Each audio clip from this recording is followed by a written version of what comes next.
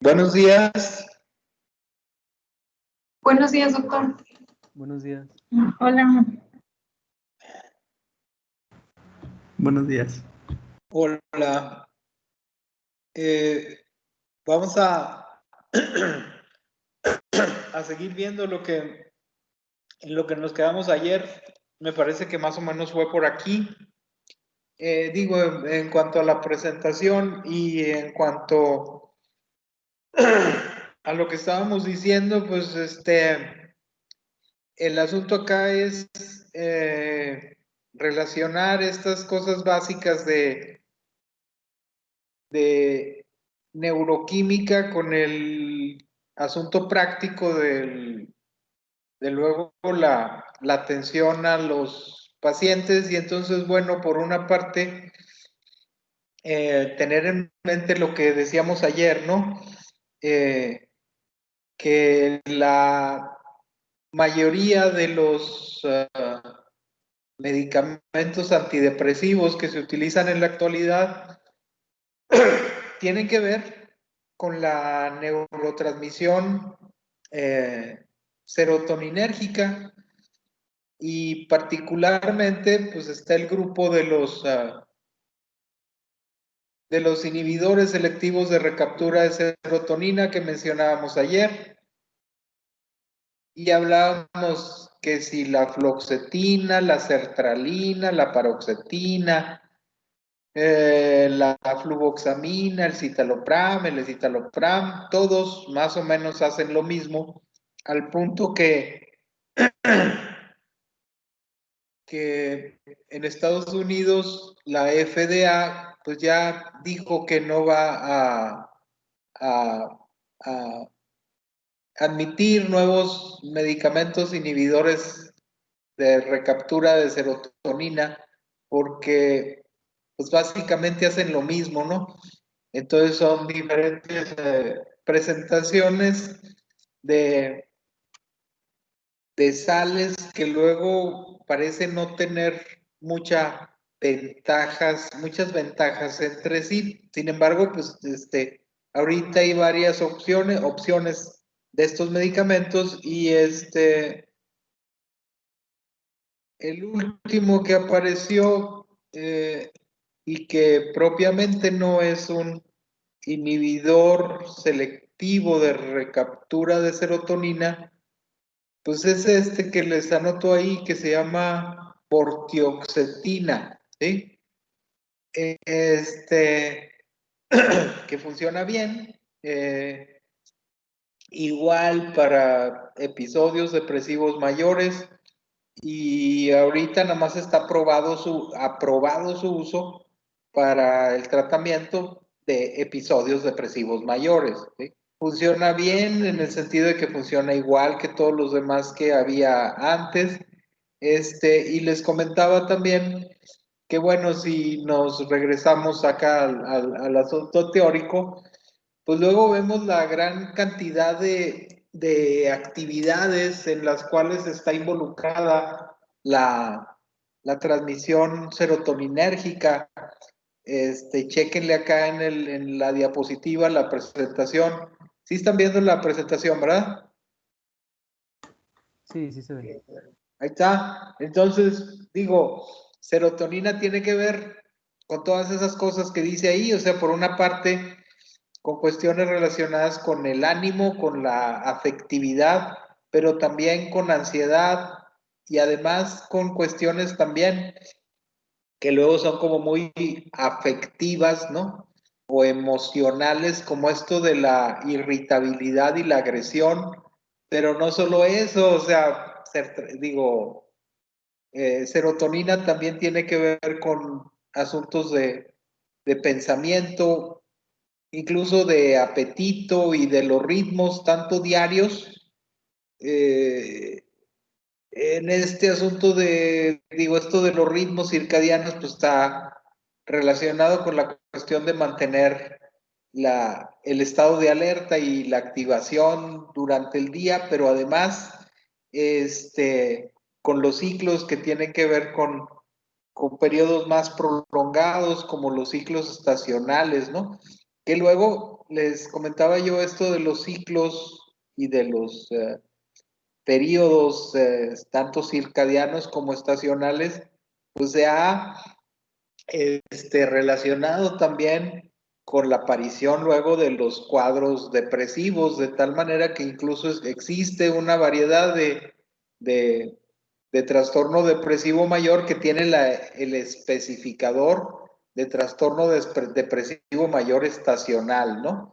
Entonces, bueno, tener en mente esas diferentes funciones, pues, de serotonina en muy diversas áreas de la actividad, pues, del cerebro, incluyendo esto que decíamos de agresión y también de irritabilidad, porque hay que tener en cuenta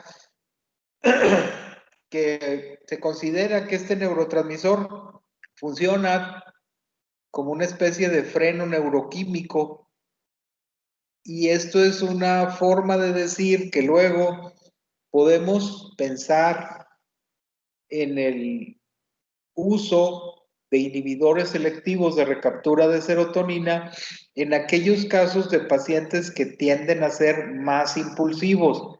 Esto, dicho de una manera más simple, es si tienes una disponibilidad mayor y apropiada de, de, de serotonina, pues muy probablemente vas a ser menos impulsivo y menos agresivo. Entonces, digo, ese razonamiento ha llevado a que estos inhibidores de recaptura de serotonina se empleen también en casos de sujetos que luego tienden a ser así como impulsivos, ¿no? Como en el caso de personas con trastorno limítrofe de la personalidad, o las mismas, personas luego con depresión, pues hay algunas depresiones que luego se acompañan de un bajo control de impulsos o de una mayor impulsividad, y que en ocasiones los inhibidores de recaptura de serotonina sirven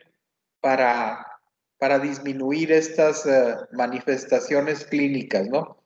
Entonces, digo, recordando que luego este grupo de pacientes pues no son pacientes propiamente psicóticos, ¿no? Como las personas con trastorno limítrofe de la personalidad.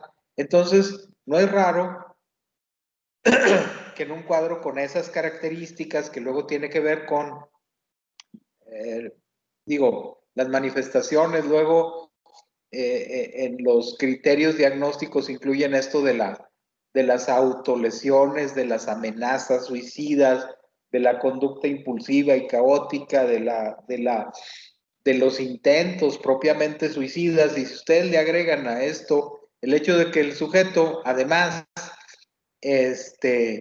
no solo amenaza con matarse, sino que tiene también frecuentes intentos suicidas, y luego todavía más, un sujeto con trastorno límite de la personalidad, luego muchas veces tiene una comorbilidad elevada con trastornos depresivos, pues entonces no resulta tampoco tan extraño el que se empleen este tipo de medicamentos de los que estamos hablando para el tratamiento también del trastorno limítrofe de la personalidad, o como coadyuvante en el tratamiento del trastorno límite de la personalidad, ¿sí? Si le vamos contando más evidencias, pues bueno, tenemos esta última que es que una concentración menor del metabolito de serotonina se ha encontrado en líquido cefalorraquídeo que pudiera considerarse esta disminución en la concentración como un marcador de la gravedad de la ideación suicida, ¿no? Y hablando de evidencias, pues acá están estas otras que no son más que eso, o sea, recordar, digo, que la serotonina no solo la encontramos pues en el cerebro, sino que es un neurotransmisor que luego se encuentra distribuido de manera amplia en todo el organismo y se han encontrado, sobre todo en sujetos deprimidos, pues, que además, digo, evidencias que apuntan hacia el hecho de esta menor disponibilidad de serotonina luego en sujetos con depresión y que pues a lo mejor eso algo tiene que ver con la aparición de estos episodios depresivos. ¿Sí? Digo, no que necesariamente sea la causa, sino que son circunstancias que luego se encuentran relacionadas. Ahora, ¿cómo se encuentran relacionadas? Pues bueno, eso será cuestión de irlo aclarando con el paso del tiempo y y la mayor acumulación pues de conocimiento sobre el funcionamiento del cerebro humano. Pero el hecho pues es que se ha relacionado esta menor disponibilidad pues del neurotransmisor en sujetos con depresión, particularmente, pues bueno, las plaquetas también luego captan serotonina y en sujetos deprimidos pues la captan con menor intensidad. Y luego también lo que podemos pensar es, pues si hay menos serotonina disponible, pues muy probablemente eso explique el hecho de que se requieran más receptores en las plaquetas, por ejemplo, para poder interactuar con la poquita serotonina disponible. Y por otro lado, lo que les acabo de mencionar ahorita hace un momentito, la baja disponibilidad de serotonina parece correlacionarse, por lo menos estadísticamente, con, por una parte, una mayor ideación suicida, también, como les comentaba respecto a los pacientes limítrofe, ¿no?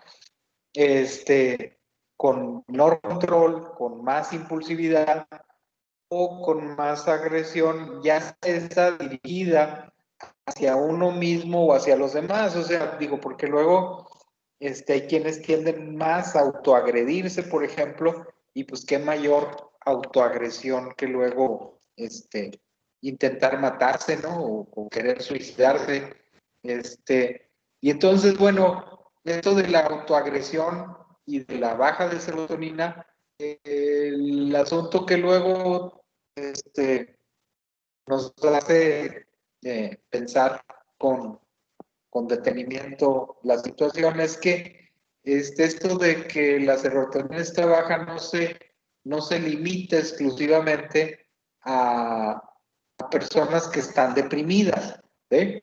Es decir, hay gentes que no necesariamente tienen un diagnóstico de depresión, pero que luego también tienden a ser impulsivas y también tienden a ser agresivas. Y entonces se ha encontrado esto también en personas con trastorno del espectro autista. Les hablaba ahorita de las gentes con trastorno límite de la personalidad. Muchos pacientes con discapacidad intelectual luego también tienden a ser impulsivos o agresivos, y no se diga de los pacientes psicóticos. Entonces, bueno, luego la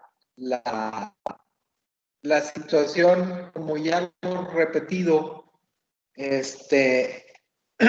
varias ocasiones, pues luego el asunto es bastante más complejo como para poder terminarlo con una aseveración, ¿no? Pero de cualquier manera, pues bueno, las evidencias ahí se van juntando, y se ha encontrado también que estudios post-mortem en pacientes o en personas, pues, porque a lo mejor ni siquiera pacientes fueron, personas que luego realmente cometieron suicidio, pues se ha encontrado que hay sensibilización en los receptores 5HT2 propiamente del cerebro pues, de estos sujetos suicidas, ¿no?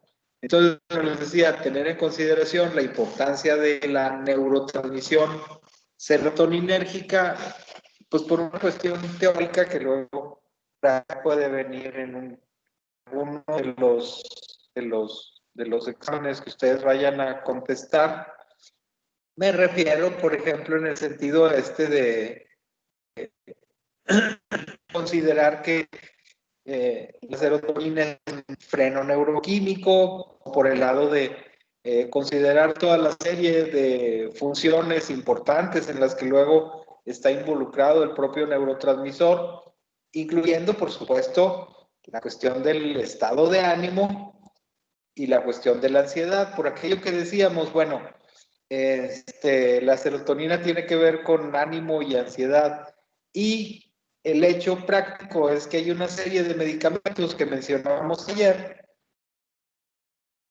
estos que pusimos en el chat, que son los inhibidores selectivos de la recaptura de serotonina, que inicialmente mejoran la disponibilidad del neurotransmisor y que pueden servir como tratamiento farmacológico para serie de cuadros depresivos, por ejemplo, y lo otro que mencionábamos relativo a los trastornos de ansiedad. Y decíamos que en la actualidad el tratamiento a largo plazo para los trastornos de ansiedad, pues básicamente está orientado en el empleo racional en la mayoría de los antidepresivos. O sea, si ves a una persona con un trastorno de pánico, pues igual vas a pensar en intentar un tratamiento farmacológico eficaz en base al empleo de uno de los antidepresivos que luego se utilizan en la actualidad. Ahora, les mencionaba yo los inhibidores selectivos de recaptura de serotonina como tratamiento a largo plazo para los cuadros de ansiedad. Pero esto lo quisiera ligar con el hecho de que, así como mencionamos los inhibidores selectivos de recaptura de serotonina para tratar cuadros de ansiedad, les decía, hay un par de antidepresivos por ahí, o decir, de que los antidepresivos son el tratamiento a largo plazo para los cuadros de ansiedad. Que les anoto acá en el chat, yo creo que ya lo habíamos mencionado en alguna otra ocasión, pero bupropión, anfebutamol y otro que mencionábamos ayer, que se llama reboxetina, esos son antidepresivos también y están, bueno, bupropión está disponible, reboxetina ya no está disponible aquí en México, pero ninguno de ellos son propiamente ni inhibidores de la MAO ni antidepresivos tricíclicos, y tampoco son propiamente selectivos de recaptura de serotonina. La es un antidepresivo que más bien es un antidepresivo dopamínérgico, noradrenérgico, y reboxetina propiamente es un inhibidor de la captura de noradrenalina. Estos generalmente, más bien, el control de la ansiedad, más bien, en algunos casos pueden causarle ansiedad a algunas personas. Incluso le mencionaba yo ayer creo, que los otros antidepresivos, o sea, los inhibidores selectivos de recaptura de serotonina, sobre todo al inicio del tratamiento, puede que causen al paciente algo de ansiedad. Entonces, también les comentaba, regularmente lo que se acostumbra es, la persona empieza con un inhibidor selectivo de recaptura de serotonina, pues regularmente se recomienda añadir al tratamiento, sobre todo en las primeras etapas del tratamiento, alguna benzodiazepina para controlar las manifestaciones de ansiedad que luego pudieran presentarse al inicio. Y ya después de un mes o algo así por el estilo, pues ya se empieza a descartar el empleo de la benzodiazepina y la persona puede seguir tomando nada más el puro antidepresivo, es decir, como tratamiento para la mayor parte de los trastornos de ansiedad. Pero acá esto viene a ser lo que le estoy mencionando por aquello que dijimos sobre la dopamina. O sea, los sistemas dopaminérgicos están involucrados en la aparición de los cuadros depresivos, por supuesto, y de ello una intervención sobre este sistema dopaminérgico, pues se puede hacer a través del empleo de este antidepresivo que les menciono acá, del bupropión o anfebutamona. Pero bupropión o anfebutamona es poco útil para abordar aspectos relacionados con la edad. O sea, un paciente deprimido, pues muy probablemente se va a mejorar tomando bupropión durante un rato, que repito lo que ya les he dicho varias veces. Es igual de bueno que cualquier otro antidepresivo. Se va a tardar igual 2 a 3 semanas en que empiece a tener un efecto antidepresivo. Nada más que bupropión, anfebutamona no causa somnolencia, ¿sí? No causa somnolencia, pero tampoco sirve mucho para tratar las manifestaciones de ansiedad. Ahora, por otro lado, no tiene los efectos secundarios, por ejemplo, relacionados con alteraciones del funcionamiento sexual, que luego sí se presentan muy frecuentemente con los inhibidores selectivos de recaptura de serotonina. Entonces, les digo, ese perfil de efectos que luego tiene cada uno de los diferentes antidepresivos en esto, pues luego nos va dando idea de cuál de ellos podrá ser mejor para tratar a un determinado paciente. ¿Sí? Entonces, bupropión, por ejemplo, de reboxetina, pues ya ni hablamos porque ahorita no está disponible. Pero bupropión es un antidepresivo que tiene ciertas capacidades ayudadoras. Entonces, se ha reportado con mayor frecuencia que los pacientes que toman bupropión pueden presentar crisis convulsivas. Entonces, esa sería una cosa que habría que considerar si estamos pensando en utilizar este otro antidepresivo que se llama anfebutamona. Así como les mencionaba, pues, hace rato, existe la mirtazapina, ¿no? La mirtazapina no es IMAO, ni es tricíclico, ni es inhibidor selectivo de recaptura de serotonina. Más bien es un antagonista adrenérgico alfa-2 presináptico.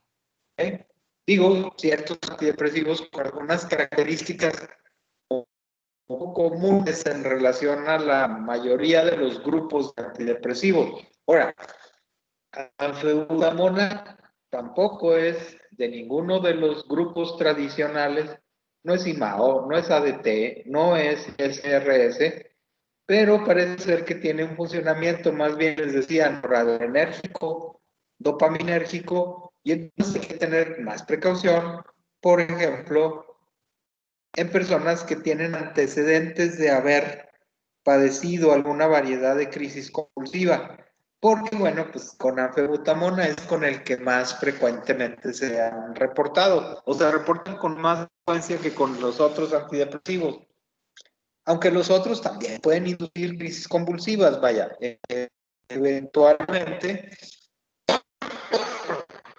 pueden vivir algunas personas pueden tener crisis, pero entonces, digo, el chiste está en para, por ejemplo, considerar a último la febutamona en una persona que nos diga que ha padecido de crisis psicales, ¿no? Y a lo mejor tenemos que considerar otra variedad de antidepresivo antes. Sin embargo, no deja de ser un antidepresivo que está disponible, que funciona y que se funciona sobre todo en cuadros depresivos donde el paciente tiene mucha energía, como mucha fatiga. En el cuadro de depresiones donde el paciente se queja de mucha somnolencia diurna, pues entonces se puede usar propión, que luego también llaman, y si ustedes lo ven, pues el nombre habla de estimulación, ¿no? Pues se parece el nombre a anfetaminas. Y la mebutamona generalmente nos la encontramos, o la presentación usual, es en tabletas de 150 miligramos. ¿Sí? Tampoco es un medicamento controlado, es un medicamento de venta libre y generalmente se recomienda que o la dosis recomendada de afebutamona es aproximadamente de 300 miligramos diarios. Sí se pide luego que se ponga mucha atención en que si vas a prescribir afebutamona, pues hay que avisarle a la persona que tenga mucho cuidado en la dosis matutina a determinada hora, pues a la hora que le dé su gana, pero también que la dosis nocturna sea exactamente o que tenga mucha presión en que sea 12 horas después de que se tomó la dosis de la mañana, ¿sí? Por aquello de estar al pendiente de que la persona no vaya a ser convulsionar, ¿verdad? Digo, la inmensa mayoría no convulsiona, pero les digo, en el caso de afebutamol o propión, pues es el detalle con el que hay que prestar atención, ¿sí? Y bueno, eso nos regresamos un poquito a la onda de la dopamina y porque se me había pasado mencionarles al bupropión como antidepresivo que está relacionado con con ese sistema de neurotransmisión, y luego, bueno, pues hablar, pues, de las características de la serotonina como propiamente un neurotransmisor importante. Acá está, pues, el receptor de serotonina 5H2, que les digo, pues es un ejemplo clásico de un antidepresivo que está, de un receptor que está relacionado o se ha relacionado con el funcionamiento de un antidepresivo. Y bueno, yo creo que eso es lo que podemos decir por el momento en relación a la serotonina.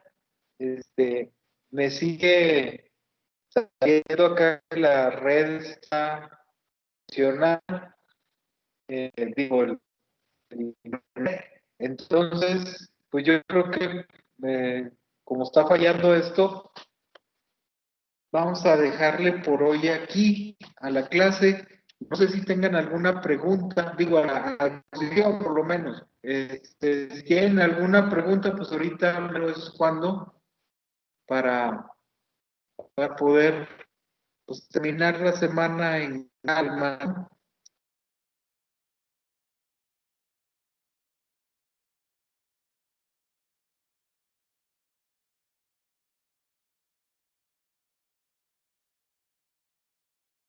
¿Alguna pregunta, algo que no esté claro?